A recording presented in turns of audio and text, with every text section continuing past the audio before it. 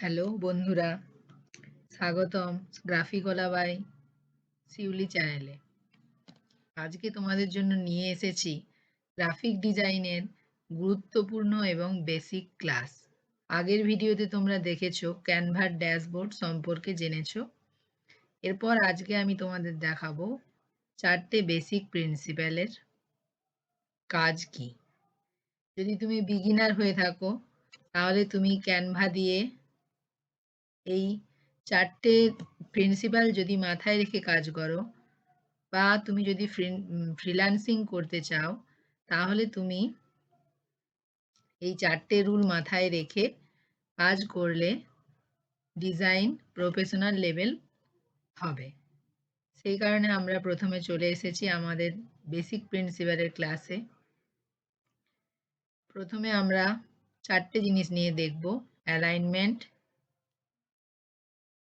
Next দেখব text hierarchy, তারপরে আমরা দেখব কালার কন্ট্রাস্ট, নেক্সট দেখব ব্যালেন্স। এর জন্য প্রথমে আমরা বুঝে নেব যে অ্যালাইনমেন্ট মানে কি। অ্যালাইনমেন্ট মানে হলো ডিজাইনকে সুন্দরভাবে সাজানোর নিয়ম। একটা ডিজাইনের মধ্যে টেক্সট থাকবে, ছবি থাকবে, বিভিন্ন শেপ থাকবে, এগুলো সব কিছু একটা লাইন ধরে সাজানো।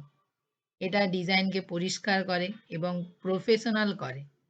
যেখানে সেখানে এলোমেলোভাবে যদি আমরা ডিজাইন করি তাহলে আমাদের সেই ডিজাইন প্রফেশনাল লুক আসবে না। যেমন আমরা অ্যালাইনমেন্ট বোঝার জন্য 3টে জিনিস বুঝে নেব। Left alignment, right alignment, middle alignment. প্রথমে আমরা চলে এসেছি লেফট অ্যালাইনমেন্ট জিনিসটা কি, এটা বুঝবো। দেখুন এখানে একটা পেজ রয়েছে। এই পেজে যে ডিজাইন আমরা ক্রিয়েট করব, এই ডিজাইন ক্রিয়েট করার সময় আমরা কেমন ভাবে রেখেছি, একটা বাম দিকে দেখুন লাইন মেনটেন করে করেছি। এই লাইন মেনটেন করার সময় যেহেতু বাম দিক ধরে করেছি তাই জন্য এটা লেফট অ্যালাইনমেন্ট। এখানে টাইটেল থাকবে, এখানে সাব টাইটেল থাকবে, এখানে আমাদের বডি টেক্সট থাকবে। এরকম ভাবে এখানে আমরা মিডিল অ্যালাইনমেন্ট, এখানে আমরা মাঝ বরাবর অ্যালাইনমেন্ট ফোকাস করেছি। এখানে দেখুন এই মাঝ বরাবর, যদি একটা পেজের মাঝ বরাবর আপনি দেখেন তখন এখানে দেখতে পাবেন যে এটা মাঝ বরাবর অ্যালাইনমেন্ট ফলো করা হয়েছে। এখানে এটা হলো মিডিল অ্যালাইনমেন্ট বা সেন্টার অ্যালাইনমেন্ট। এই অ্যালাইনমেন্টে ফোকাস করা হয় হরাইজন্টালি বা ভার্টিক্যালি, যেখানে ক্রিয়েট করা হয় একটা ফর্মাল ব্যালেন্সড ফিল। এটা সাধারণত হেডিং, তারপর সাব হেডিং, তারপর বডি টেক্সটকে ফোকাস করা হয়। বাটানো থাকে, বিভিন্ন এলিমেন্টসও ইউজ করা হয়। এরপর রয়েছে দেখুন রাইট অ্যালাইনমেন্ট। রাইট মানে কি ডান দিক, তাহলে less common but can effective for creating emphasis or any look.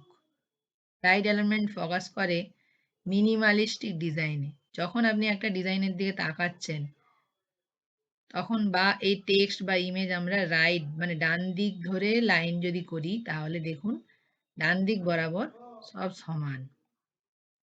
তাই আমরা এই অ্যালাইনমেন্ট ফলো করে এখানে করেছি। নেক্সট রয়েছে টেক্সট হায়ারার্কি। এই টেক্সট হায়ারার্কি মানে হলো যে আপনি ধরুন একটা ডিজাইনের মধ্যে বিভিন্ন টেক্সট লিখছেন, সেই টেক্সট লেখার সময় আপনাকে মনে রাখতে হবে যে কোন তথ্যটা আপনি আগে দেখাতে চাইছেন বা কোনটি পরে দেখাতে চাইছেন। সেই কারণে সেটার ধারাবাহিকতা বজায় রাখবেন। ধারাবাহিকতা বজায় রাখার জন্য আমরা কোনো সময় হেডলাইনে বড় ফন্ট, সাব হেডলাইনে মাঝারি, বাকিটা ছোট, বা এটা দর্শকের চোখকে গাইড করে যে কি তথ্যটা আপনি ফার্স্টে দর্শককে দেখাতে চাইছেন। দর্শক সেটা সহজে বুঝতে পারে। হায়ারার্কি ক্রিয়েট করা মানে হলো এটাই, যে কোনো কালার টেক্সট আমি, যেমন ধরুন এখানে আমি একটা টাইটেল লিখেছি, টাইটেলটা খুব বড় করে লিখেছি। তারপরে দেখুন সাব টাইটেল লিখেছি, এটা একটু সাইজে ছোট করেছি, একটু পাতলা করেছি। টাইটেলটা দেখুন একটু বোল্ড বা মোটা রয়েছে, কিন্তু সাব টাইটেলটা একটু পাতলা রয়েছে টাইটেলের থেকে। নেক্সট রয়েছে হেডিং, নেক্সট রয়েছে বডি টেক্সট। এই বডি টেক্সটটাও খুব ছোট করে লিখেছি, কিন্তু এইটা ফলো করা যাবে না যে আমরা প্রথমে বডি টেক্সট লিখবো, তারপর সাবটাইটেল, তারপর হেডিং। এটা কিন্তু হায়ারার্কি ক্রিয়েট করা যায় না। নেক্সট রয়েছে কালার কন্ট্রাস্ট। কালার কন্ট্রাস্ট মানে কি? আপনি যখন একটা পেজের ওপরে ডিজাইন করবেন তখন সেই পেজের ব্যাকগ্রাউন্ডে একটা কালার দেন, তারপরে নিশ্চয়ই টেক্সটটা লিখবেন। তাহলে কালার যদি আপনি ব্যাকগ্রাউন্ডে ডার্ক কালার দেন তাহলে টেক্সটটা লাইট রাখতে হবে, আর যদি ব্যাকগ্রাউন্ডটা লাইট হয় তাহলে টেক্সট ডার্ক করতে হবে। ভালো কন্ট্রাস্ট করার জন্য এই দুটো জিনিস আমাদের মাথায় রাখতে হবে। ব্যাকগ্রাউন্ড ডার্ক হলে লাইট টেক্সট, ব্যাকগ্রাউন্ড লাইট হলে ডার্ক টেক্সট। যেমন এখানে কালার কন্ট্রাস্ট করার জন্য দেখুন, রেড কালার সাধারণত হট, প্যাশন, লাভ, পাওয়ার, এক্সাইটেড এই সমস্ত জিনিসকে বোঝায়। যেমন দেখুন রেডের ওপর এখানে হোয়াইট, রেডের সঙ্গে ইয়েলো করা হয়েছে। এখানে বিভিন্ন কোম্পানির লোগো রয়েছে, আমি সেগুলো এক্সাম্পলে আপনাদের দেখাচ্ছি। নেক্সট দেখুন এখানে কিছু রয়েছে ইয়েলো কালার। ইয়েলো কালারের দ্বারা কি বোঝানো যায়? Solar, happy, cheerful, summer, energetic, sun, young. বিভিন্ন কোম্পানির লোগোতে যখন ইয়েলো কালার ইউজ করা হয় তখন তার কন্ট্রাস্ট হিসাবে এই কালারগুলোর মিনিং থাকে যে কেন এই কালারটা নেব, এই কালারটার দ্বারা এইগুলো বোঝানো হয় তাই। নেক্সট রয়েছে অরেঞ্জ কালার। অরেঞ্জ কালারের দ্বারা warm, fall, retro, summer, energetic, inviting, friendly এই কারণে এই অরেঞ্জ কালারটা ইউজ করা হয়। বিভিন্ন কোম্পানির লোগো দেখেছেন আপনারা, ফ্যান্টা এরকম অরেঞ্জ কালারের। নেক্সট রয়েছে গ্রিন কালার। এই গ্রিন কালারের দ্বারা money, natural, organic, grow, trust, profit এগুলো বোঝায়। এই অর্থ বোঝা, এই লোগোটার কালার গ্রিন দেওয়া হয়েছে কিন্তু এই জিনিসগুলো মাথায় রেখে। বিভিন্ন কোম্পানির লোগো এরকম গ্রিন কালারের লোগো আপনারা দেখেছেন। এরপর রয়েছে ব্লু। ব্লুর দ্বারা cold, smart, progress, trust, freedom, water, medicine এই সমস্ত ব্র্যান্ডের লোগোগুলো আপনারা দেখেছেন যে ব্লু এর সঙ্গে হোয়াইট কম্বিনেশন করে রাখা হয় যাতে ট্রাস্ট বিল্ড হয় সেই কারণে। নেক্সট রয়েছে ভায়োলেট কালার। এই ভায়োলেট কালারের দ্বারা Victorian, vanity, style, sensual, electric এই সমস্ত জিনিস বোঝানো হয়। যেমন ইয়াহু, ক্যাডবেরি এগুলোর কালার আপনারা দেখেছেন যে ভায়োলেট কালার ইউজ হয়। মেনলি ভায়োলেট কালার দ্বারা ফিমেল ব্র্যান্ডকে বোঝানো হয়। এরপর রয়েছে ব্যালেন্স। ব্যালেন্স মানে কি?